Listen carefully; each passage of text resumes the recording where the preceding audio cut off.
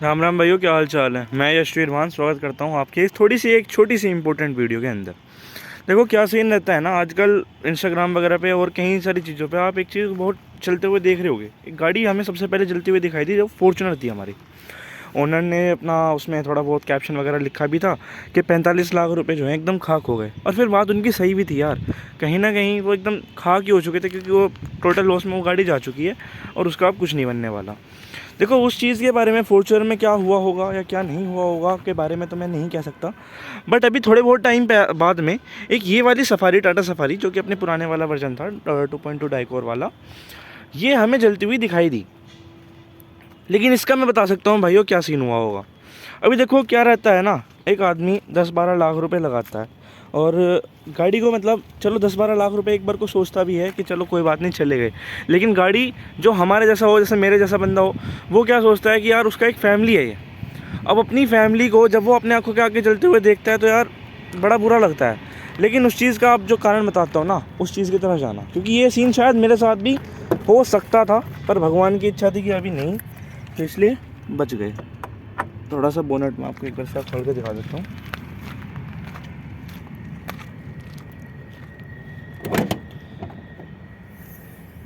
अभी देखो क्या सीन था। मैंने क्या था भाइयों, इसकी सर्विस कराई थी बाहर से इन द सेंस, मतलब जो अपने लोकल वगैरह मैकेनिक्स रहते हैं ना, उनसे मैंने इसकी जो है सर्विस करा दी। अब सर्विस में नॉर्मली क्या था, अपना इंजन ऑयल चेंज था और अपना क्या नाम है, डीजल फिल्टर जो कि ये लगा हुआ है यहाँ पे, ये अगर आपको दिख रहा हो तो ये वाला, ये डीजल फिल्टर चेंज था और नीचे एक ऑयल फिल्टर लगता है और बाकी की सारी ब्रेक ऑयल, स्टीयरिंग ऑयल और कूलेंट वगैरह वो सारी चीज़ें नॉर्मल थी जो वो टॉप अप हुई थी। अब सिनेरियो क्या बना भाई, मैं जब इसकी सर्विस करा के लाया, लगभग इसकी सर्विस मेरे को 4000 से 4500 के अराउंड में कॉस्ट करी थी, नॉर्मल वाली जो अपना रहता है ये बेसिक सी। अब जब मैं इसकी सर्विस वगैरह करा के लाया तो 2 दिन उसके बाद में ये गाड़ी चली नहीं। अब क्योंकि ये वाली गाड़ी चली नहीं तो सीन क्या बना, मैंने इसको दूसरे या तीसरे दिन पर, अगर मैं कहूँ तो तीसरे दिन की मैंने सुबह को जब इसे स्टार्ट करा, ये स्टार्ट नहीं हुई। मेरे को लगा यार शायद टैंक वगैरह में कम हो, वो हवा वगैरह बन गई हो, तो इस मारे से, इसी वजह से ये जो अपना, नॉर्मली मैं इसमें इतना ही रखता हूँ क्योंकि ज़्यादा चलता वलती है नहीं अपनी। तो 1 मिनट, अगर देख पा रहे हो ना, तो इतना ही उठा हुआ था ये। मुझे लगा शायद हवा ववा बन की वजह से उसको उतना, मतलब जो है अपना लेवलर जो है इतने अच्छे से जो है पता नहीं पा रहा होगा, तो मैंने उसमें और 10 लीटर फ्यूल जो है ला के डाल दिया। अब वो डालने के बाद क्या रहता है कि पुराने वाले उसमें तो क्या रहता था, अब मतलब ये वाले से टाइप के वैक्यूम पम्प्स रहते थे, ठीक है। अब वैक्यूम पम्प जो रहते थे वो आपको ऐसे टाइट वगैरह करके, मतलब ऐसे इनको प्रेस कर करके डीजल ऊपर लाना पड़ता था और वो डीजल फिल्टर से होके फिर वो इंजन की तरफ में, इंजेक्टर्स की तरफ में जाता था। चलो मैंने वो सारी चीज़ करके देख ली, मेरी गाड़ी उसके बाद में स्टार्ट हो गई। अब फिर मैं जब दोबारा आया अगले दिन, मैंने फिर उसके बाद जब स्टार्ट करी गाड़ी तो वो दोबारा से स्टार्ट ना हुई। भाई बहुत दिन हो गए ऐसे करते करते, पर दिक्कत समझ में नहीं आई। फिर मैंने चलो एक बार मैकेनिक को दिखा लेते हैं, टाइम वगैरह मिला तो मैकेनिक को दिखाया मैंने। मैकेनिक ने कहा कि भैया इसमें हवा बन जा रही है। अब हवा बन जा रही है तो यार एक सेंस बताओ आप, अगर गाड़ी के अंदर मेरा पूरा का पूरा फ्यूल है 10-12 लीटर, अगर उसमें तेल बचा हुआ है और उसके बाद भी उसमें हवा बन रही है, तो मेरे को तो वो सेंस समझ में आने का। अब वो मैकेनिक क्या करे, बार बार इस वाले जो नट वगैरह हैं इन्हें थोड़ा बहुत खोल खाल के ऐसे, और वो हवा वगैरह निकाल के गाड़ी को स्टार्ट कर दे। अब भाई इतना कहाँ चलूँ। फिर एक सीन बना कि मैं ऐसे, मतलब मैकेनिक के पास में दोबारा दिखाने के लिए लेके जा रहा था, मतलब भाई यार इतना टाइम हो गया, उसके बाद भी मैं अगर ऐसे चलाता रहूँ तो क्या मतलब पता चला मैं इसके अंदर भूखा बैठा हूँ। अब चलाते चलाते क्या सीन हुआ, मैं उस दिन खैर वीडियो वगैरह बनाना भूल गया यार, माफ़ करना। इसमें से जो डीजल था वो कोई सा ना कोई सा उससे नट जो है खुला हुआ रह गया और वो पूरा का पूरा गर्म इंजन के ऊपर स्प्लैश कर रहा था, धुआं निकल रहा था गाड़ी के अंदर। जब मैंने वो रोकी और इंजन बोनेट वगैरह खोल के जब मैंने वो चेक करा, वो तो शुक्र मानो कि 1-8 किलोमीटर में उधर दूर था। हालांकि चलाने आपको जब भी नहीं चाहिए, तुरंत बंद कर देनी चाहिए थी, बट और मेरे पास कोई सोल्यूशन था नहीं, किसे बुलाऊँ किसे ना बुलाऊँ। मैं फटाफट इसे जैसे तैसे करके लेके गया। लेके जाने के बाद में भाई वो अपनी गलती ना मानने, अब चलो सारी चीज़ हो गई। एंड में थक हार के मुझे इसे सर्विस स्टेशन पे ही दिखाना पड़ा। सर्विस स्टेशन पे जब मैंने दिखाया तो उन्होंने बोला कि सर इसे भूल के भी अब चला मत देना जब तक ये वाला पार्ट आप चेंज ना करा दो। ये पूरा 1500 का पार्ट आता है भाइयों, ऊपर से लेके नीचे तक जो है ये पार्ट जाता है पूरा का पूरा। ये नीचे अगर मैं खैर दिखा नहीं पाने का, अगर आप यहाँ से थोड़ा बहुत देख पाओ तो ऐसे नीचे की तरफ में बैंड होके यूँ चला जाता है। मैं उसकी फ़ोटो शेयर कर दूंगा कितना लंबा रहता है ये लगभग मेरे को उस टाइम में 1500 रुपये का कॉस्ट करा। अभी इसमें सिनेरियो क्या बना था वो मैं आपको बताता हूँ।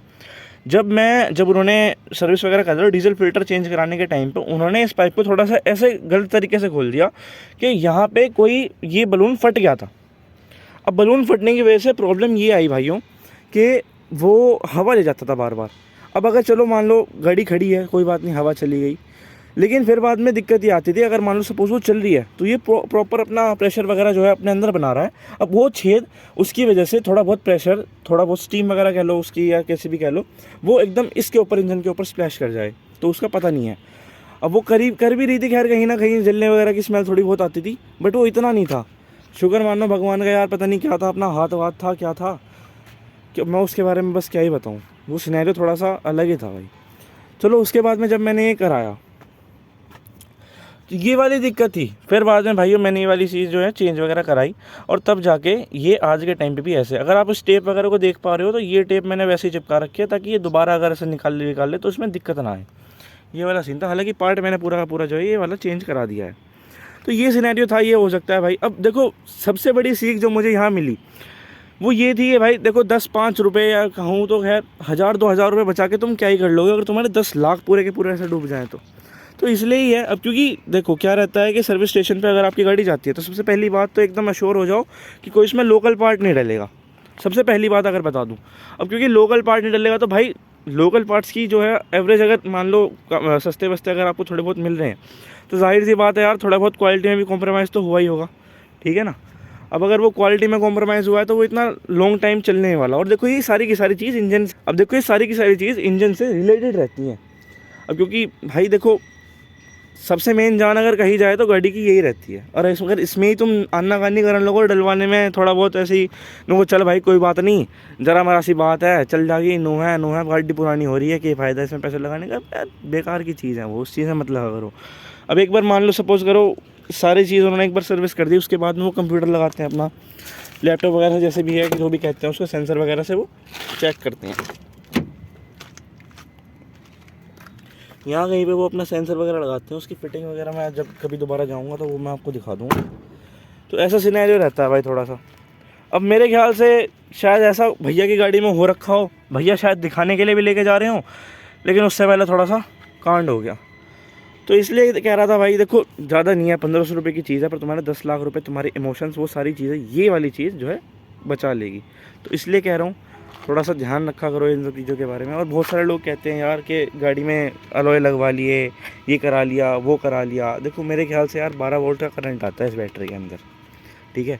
तो कुछ एक्सटर्नल लाइट्स वगैरह लगवाने के हिसाब में मेरे को नहीं लगता कि यार वो कहीं से भी कोई शॉर्ट सर्किट वगैरह ऐसा कुछ कर देगा कि तो तुम्हारी पूरी की पूरी गाड़ी जल जाए, अनटिल अनलेस उस पर कहीं से भी तुम्हारे पेट्रोल वगैरह की या डीजल वगैरह की लाइन जो है लीक ना कर रही हो, as far as I think. क्योंकि स्पार्क जब तक बनेगा नहीं तो छोटा सा यार 12 वोल्ट का करंट तुम्हारा कितना स्पार्क जनरेट कर देगा, ये चीज़ मेरे को समझ में नहीं आती। अगर भाई देखो गलत हूँ तो बिल्कुल बताना इस सब चीज़ों के बारे में, तो गलत हूँ तो बिल्कुल बताना, क्योंकि देखो इतनी टेक्निकल चीज़ें तो मुझे भी नहीं आती क्या है क्या नहीं है सिस्टम। बट हाँ फिर भी ये एक थोड़ी सी जो मुझे चीज़ थी वो मैंने आपको बता दी। अच्छी लगी हो तो डू लाइक सब्सक्राइब, और कोई भी अगर क्वेरी रही हो तो उस चीज़ के बारे में मुझे ज़रूर बताना, ठीक है। तब तक के लिए जय हिंद, जय भारत, टाटा, बाय बाय, जय श्री राम।